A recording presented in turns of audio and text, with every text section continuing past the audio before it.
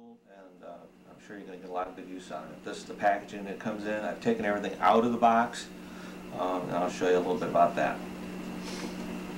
In the box you have the pen, which is the heart and soul of the thing, the wonderful tool.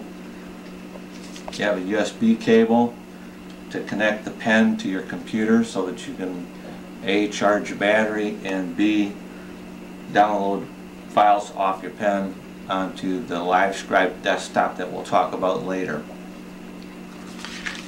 Also included are two books or booklets. The Getting Started will actually show you how to set up the pen, do a few functions. We'll talk a little bit about that too. And the Tips and Tricks book, which is also invaluable because it's going to have little resources in there. It's going to tell you how to change your pen tip so when the ink runs out you can continue using your pen. This pen uses special paper. It's got dots on it that's very imperceptible to the eyes. It has some control features at the bottom that we'll talk about a little bit, but it is necessary that you use this paper in order to use the pen to its full capacity, its full potential. This pad here that I have on the table right here, we actually printed on a color laser jet printer with a PostScript 2 capabilities, which is required to print it, and it's available from within the Livescribe desktop that I mentioned earlier. We'll talk about later.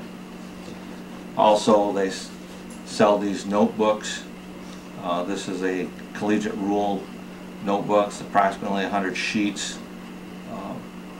They come numbered 1 through 8, and they're about $13 a piece. So they're not cheap, but with the features of this pen, it's really nice to have to get the full potential.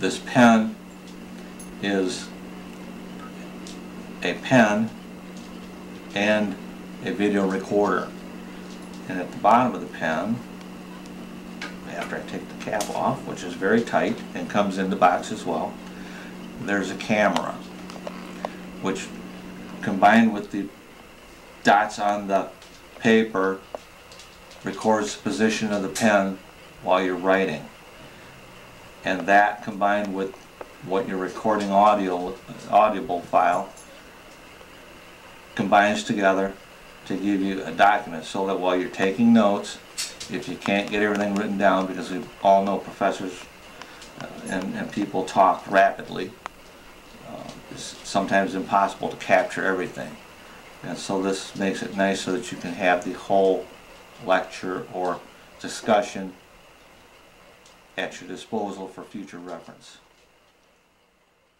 I want to show you this Getting Started booklet and how to set your pen up. When you turn into the third page, you see this here, and it tells you how to do it. We're using English, so we would tap the English button, and it would set the pen so that it displays in English. The next important thing is that the display orientation. This pen will show up a display.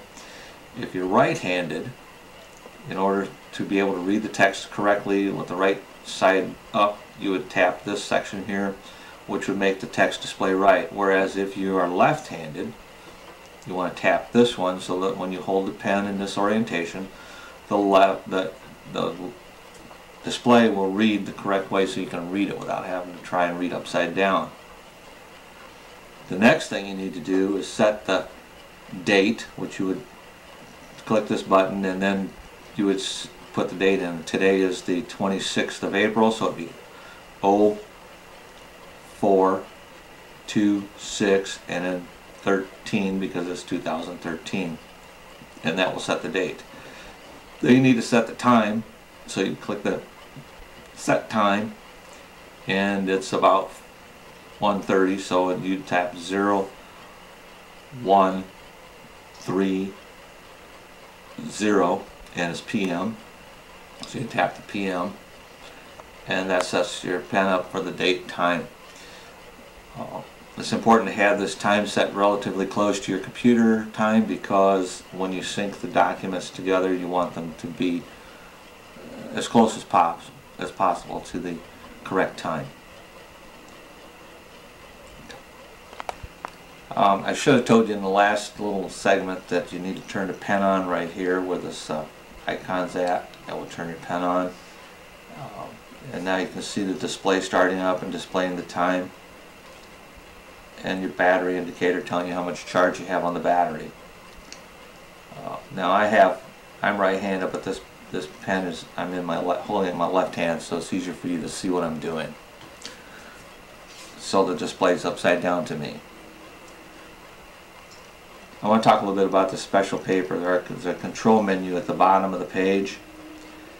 You have the directional, your menu items. To get them, you tap the center, and then you tap down to get to the menu item that you want. To start recording, you tap the record button. If you need to stop, you click the stop button. Or say there's a brief pause in the presentation or what you're doing, you click the pause button and it will pause it.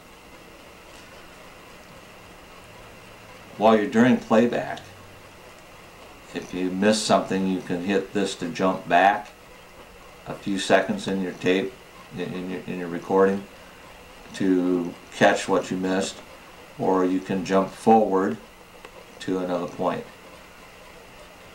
You can create bookmarks on your page, and that would be the star feature. And then you can advance the advance the bookmark to the next bookmark, or go back to the last bookmark. It's kind of important, if you've got some detail that you want to highlight, something that the professor or an individual that you're having a discussion with emphasized. That's a good way to mark where it's at, so you can go back for review.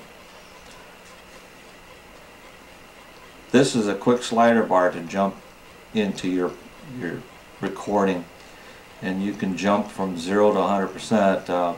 So if you're starting at the document and you really have everything up to halfway mark, you can actually tap the bar halfway, and it'll jump through half of the video for it to get where you're going. Playback speed can be adjusted as well with this ribbon. You can slow down the playback, or you can advance the playback, and that would be your stop or set back to normal. As you're writing, especially maybe you're writing something and talking to yourself while you're writing it. We all have a tendency when we're writing words, I do anyway, when I'm writing something on the paper and I'm reading it, I'm writing it, I'm saying it at the same time. I write a word and say it at the same time, which makes it sound kind of stupid when you're going through it and playing it back. So you can advance the speed so it sounds more natural and more normal. The last ribbon is a volume adjust, where you can adjust the volume up with the up arrow. So if you're listening and it's too low, you can raise it up. If it's too high, you can lower it down. There are optional headphones that you can get where this lowering might be beneficial, so that you don't burn your eardrums out. And also there's a mute button, so you can actually mute the audio. Let me demonstrate how this works when you're writing. I'm going to write this phrase: the quick brown fox jumped over the fence. Fox jumped over the fence. Or you could say the quick brown fox jumped over the hedge, which I have written above this. And actually, I forgot to hit the record button, so we're going to do it again. The quick brown fox jumped over the hedge. I like hedge. Because I've never seen a fence that a fox wanted to jump over. And then we just hit the stop button. Now, any place I've written on here, if I put it here, it'll play back from that point. Well, except it won't play that one because I didn't record it. But this one it will.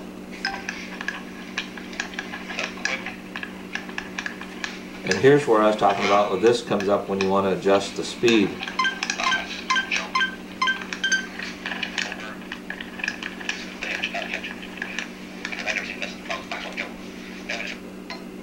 And you notice it did speed it up so it sounded more natural in the audio. And you could put it any place in the text that you have already written.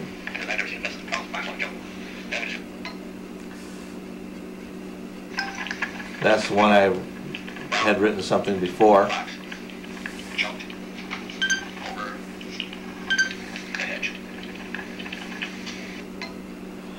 And so any place that you've written your notes, you can play back from that point. And so, as I was saying earlier, if you are taking your notes and you get down 2 or 3 lines in your notes and you find out that you missed something ahead before that was said, you can tap in advance of that in the text, or you can use the jump functions down here to jump back, or wherever you think you missed it, and you can use the scroll at the bottom to get where you need to go to hear the part of the lecture that you missed. I installed the Livescribe desktop onto my laptop. I just want to show you a few things here. I mentioned earlier that you can print out the notepads, 25 pages, with a laser, color laser printer with PostScript capabilities. I just want to show you this. You go to Tools, go to Printable Notepads, and you can print any one of these 4 notepads. It's 25 pages each, and use them with your pen and the software. And I want to show you here, I have one of these, the printed notepad that we've been working with. You can select any page on there and it'll come up, and you can see here this green text, that's the things that we've actually recorded, the audio and the pen at the same time. The black is things that that the pen has written on the paper but has no audio to support it. And so if we look at this, we can actually take and play this as a playback. A quick brown fox jumped over the hedge.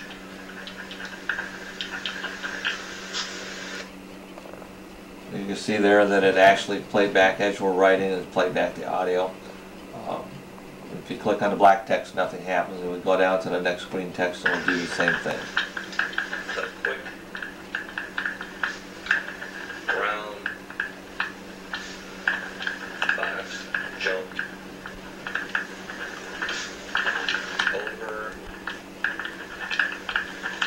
the hedge. I like hedge.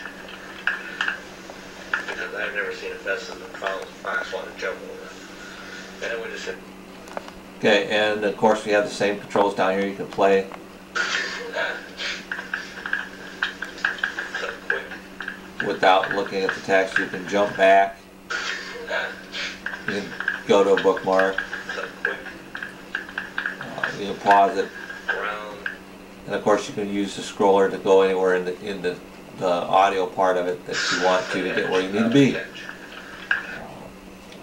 And this is taken from the library, and you have every active notebook that you have available to you on here. Yes, a few other things here. You can email things, you can save to Evernote, you can put stuff to Facebook. Very handy. I just wanted to show you what this looked like and so forth. Now you have to download this, you have to get this from the internet and download it at livescribe.com and download it from their support page. So it'd be livescribe.com/support to get to the download place. This pretty much concludes our demonstration of what's going on. What I want to do now is I want to give you some tips for your recording. First thing I want to tell you is that in the directions they tell you that you should sit somewhere close to the front of the auditorium or the classroom where you're recording, so that you get full benefit of your microphone on your pen. But the one thing that I really want to tell you is that when you record something in a classroom setting or even in another setting, you want to always ask permission. Not every professor is going to want you to record his lecture, or anybody else may have other qualms about being recorded. You want to make sure that it's okay. Professors mostly will say okay, but sometimes they have things that they don't want going out of the classroom. They may be talking about some research that they're doing that's proprietary that they don't want to release yet, or something else that may be bothersome to them that will get out that they don't want recorded. So it's always wise to ask first. It's better to ask and be told yes than to not ask and be ejected from the class, or even lose your grade for the class because you didn't ask. So that's the concluding thing that I want to say. Another thing is, I told you before about the pen coming apart. So you can change the pen. You have to pull it like that, and it'll pull the pen right out, so that you can exchange a new pen. It comes with a cap, which you saw me earlier in the video taking off. It's always smart. It's made especially for this pen, so that it covers the camera as well as the pen tip, so that while you're not using it, you're not damaging anything. But that's pretty much the ins and outs of this pen and the system. It's a great tool, especially in a heavy lecture class where you can jot down your key points and still be able to preserve the entire lecture.